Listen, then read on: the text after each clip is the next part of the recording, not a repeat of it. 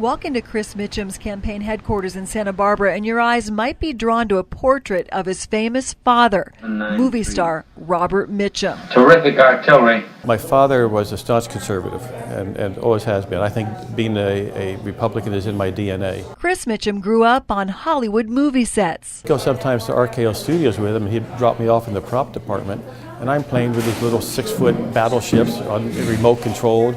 I'm playing with a 3-foot-high King Kong. All these wonderful things. I just thought my dad worked in a neat place. I had no concept that this was all, movie stuff. But as a former actor and a producer, he still had to pay his dues. I started out as the lowest rung of the ladder. I was a gopher, which is go for a cup of coffee. You just wait on the director and the stars and stuff. And within 2.5 years, I worked my way up through the production side, and I was co-producing films. His father got to see his work before dying from lung cancer in Santa Barbara in 1997. To my big screen hero, Mr. Robert Mitchum. Chris Mitchum went on to act in 60 films, some alongside John Wayne and Charlton Heston. In fact, Heston is the one who encouraged his first foray into politics.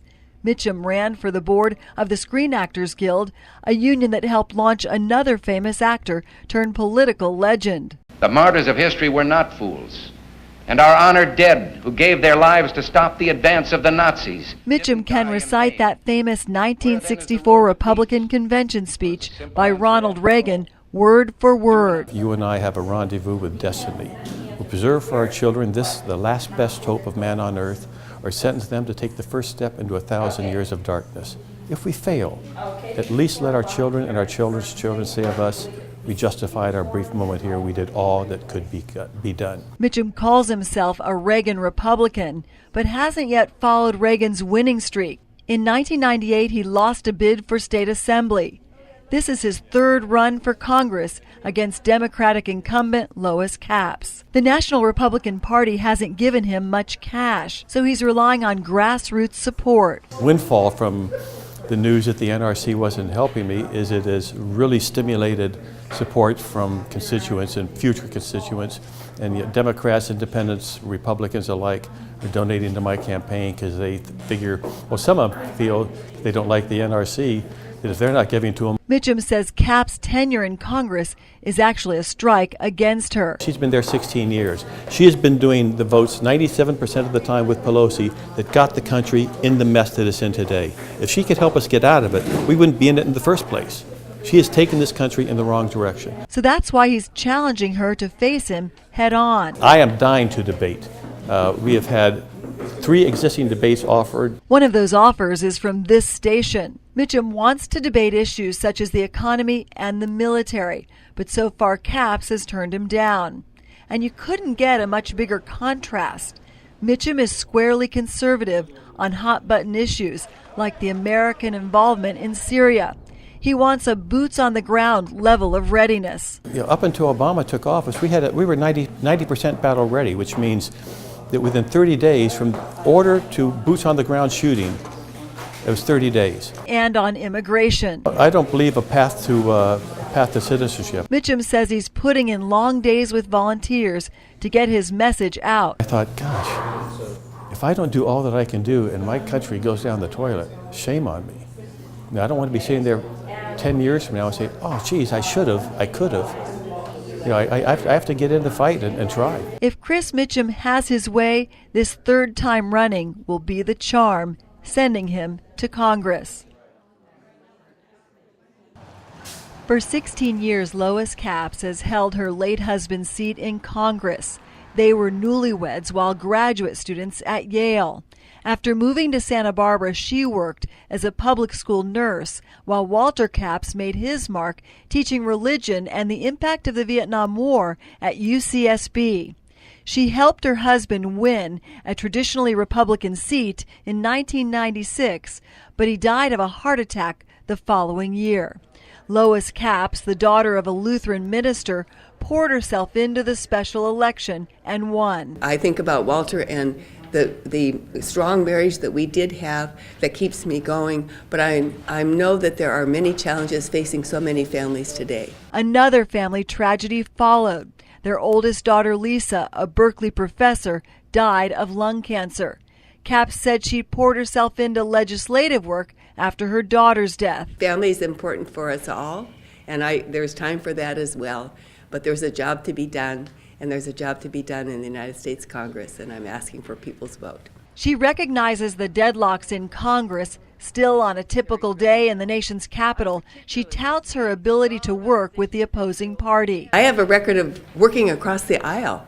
On the Farm Bill now, so important to agriculture on the Central Coast, has a provision in it that I worked on with a Republican colleague from upstate New York to standardize organic farming. When she's not on the House floor, she is usually in her 24th District office. No days alike, because we have constituents who want and need services, passports, all the rest of it. That comes to the congressional office where I work. Or she's in meetings, serving the House Committee on Energy and Commerce. We have issues today of concern about fossil fuels right here on the Central Coast, oil and gas, and we want to make sure renewable energy has a place in that portfolio. That's the committee I'm privileged to serve as well. And then the bell rings and it's time to vote on the floor. Her home in D.C. is a simple apartment. It's not fancy at all. Come and visit.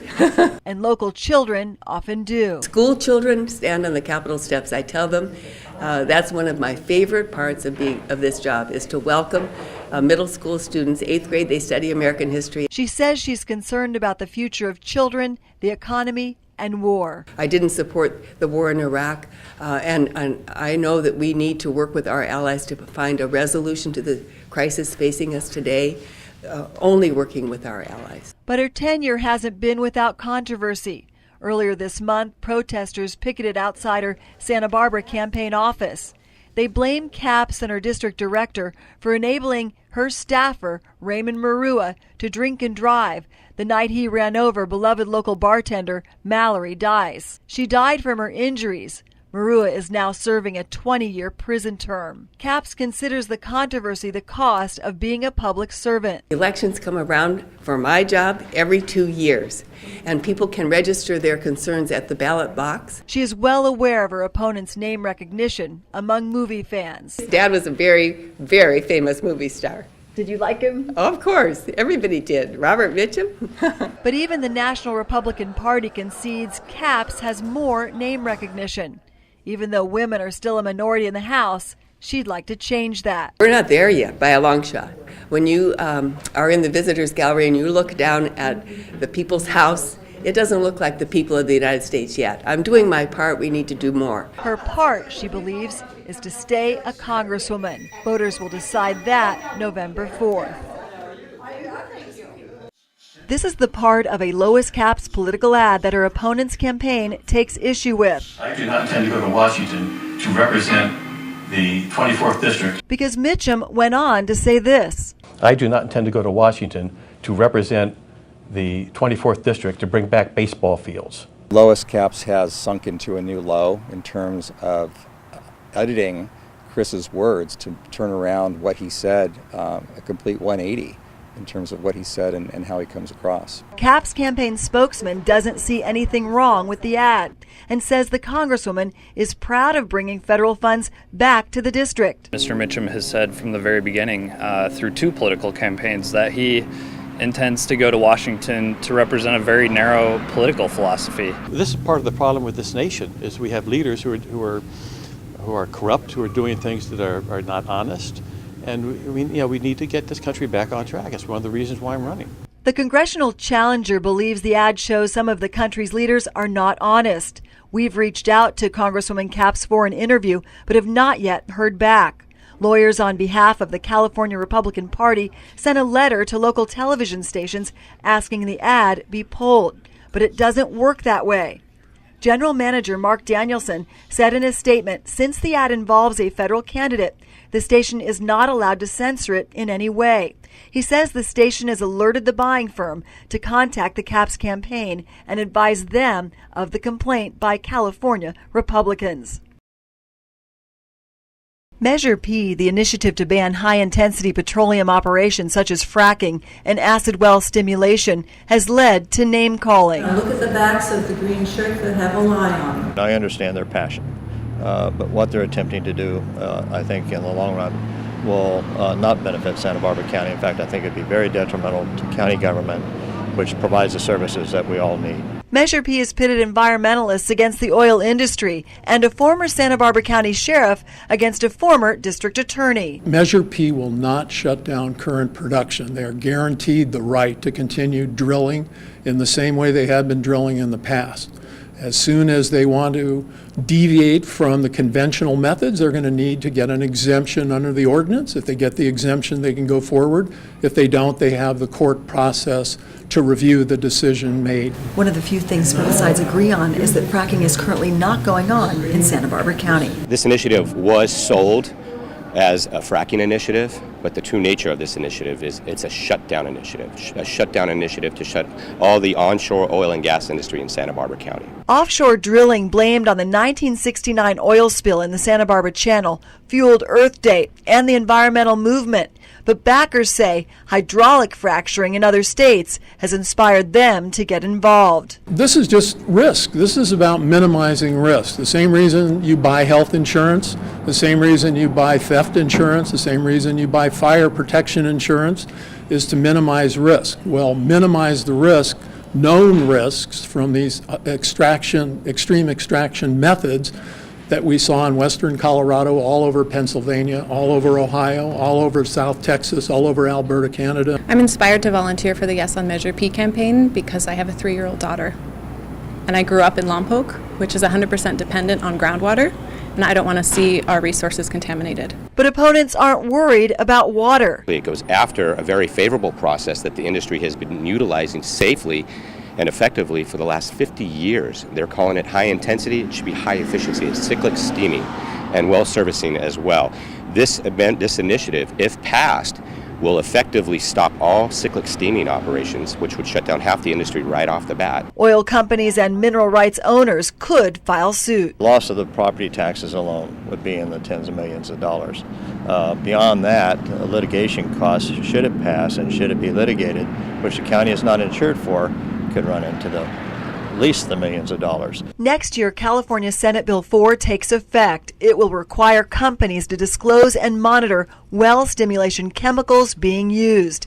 Measure P opponents say those regulations are tough enough. Supporters disagree. Why take a risk where one oil well could send enough boron and radioactive materials into a groundwater basin that would destroy it for the whole community that relies on that basin for generations? If you have a group of people throwing everything they have and trying to shut down an industry, your lifeblood, your work, your employer, you're going to do everything you can to save that industry.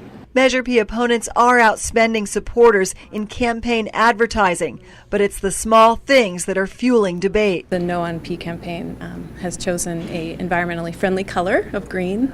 I think that they are trying to confuse voters. I think this thing is a train wreck. It's an overreach. When Santa Barbara Water Guardians collected 16,000 signatures to qualify for the ballot, supervisors could have just voted on it, but they chose to let voters decide. Thank those brave souls. When Santa Barbara City College won the Aspen Institute Prize for Excellence last year, the flags went up. But students and faculty say the buildings are run down and portable classrooms need replacing. I was looking at them earlier and I feel like they do need to be replaced. Our infrastructure is, to put it very drastically, is crumbling at times, and so we need to update. Sometimes you need technology to access the most recent information available. We need that in our classrooms, and these things cost money. A $77 million bond measure passed by voters back in 2008 helped renovate the bridge connecting East and West campuses, the Garvin Theater, and other buildings. Measure S would raise another $288 million. The college president says it would cover more repairs, construction, and seismic upgrades on the 74-acre campus founded in 1909. We're over a 100-year-old institution, and we have buildings that are 40, 50, 60, 70, 80 years old, and this is an investment into our future for the next 40, 50, 60, 70, 80 years. That's what Measure S does. If Measure S passes, the average homeowner will pay about $80 more a year, or $16 for every $100,000 in property they own. There's no other funding sources to make this happen. The state's not going to do it, so unfortunately, or fortunately, whichever way you look at it, it falls on our shoulders. And I really think that we should assume that responsibility and do it well. But Measure S opponents don't want it to raise their taxes for the next 25 years. I think the taxpayers have paid their dues in the state and in this county, and so I am opposed to any more taxes, and that measure would definitely increase property taxes. Only voters who live in the community college district from Carpinteria to Goleta will see Measure S on their ballots. Enrollment at the campus with the ocean view has soared to nearly 7,000 full-time and 12,000 part-time students from California and around the world, pointing out the majority of City College students come from outside the community and how they've had a negative impact on neighborhoods around the campus, causing noise and trash issues and eliminated affordable housing for other residents. Current and former students worry the improvements Measure S pays for would mean growth and make it even harder for students to find somewhere to live. I think there's probably a lot of people who don't want it to keep getting larger, and they really don't have a gigantic concern about making this campus greater than it already is. I am a woman who went back to school for another degree at Santa Barbara City College, and I love the place. But the side of me that says we should not have to pay for renovations that have not been expressly described, while our housing situation is as poor as it is. Passing the measure won't impact state tuition and fees. In-state students currently pay about $1,400 a year, a tenth of what they pay at UCSB. But the hope is they will transfer there or elsewhere. It's always considered to be a financial burden, additional monies that's on your taxes, but this is going for a great cause with a great end result. You know, the students that graduate from there can matriculate, for example, to UCSB. They can go to within state to the state college system, and they can go elsewhere at their own choice because it's such a well-recognized national school at the junior college level. Measure S needs a 55% supermajority to pass. Tracy Lehr, News Channel 3.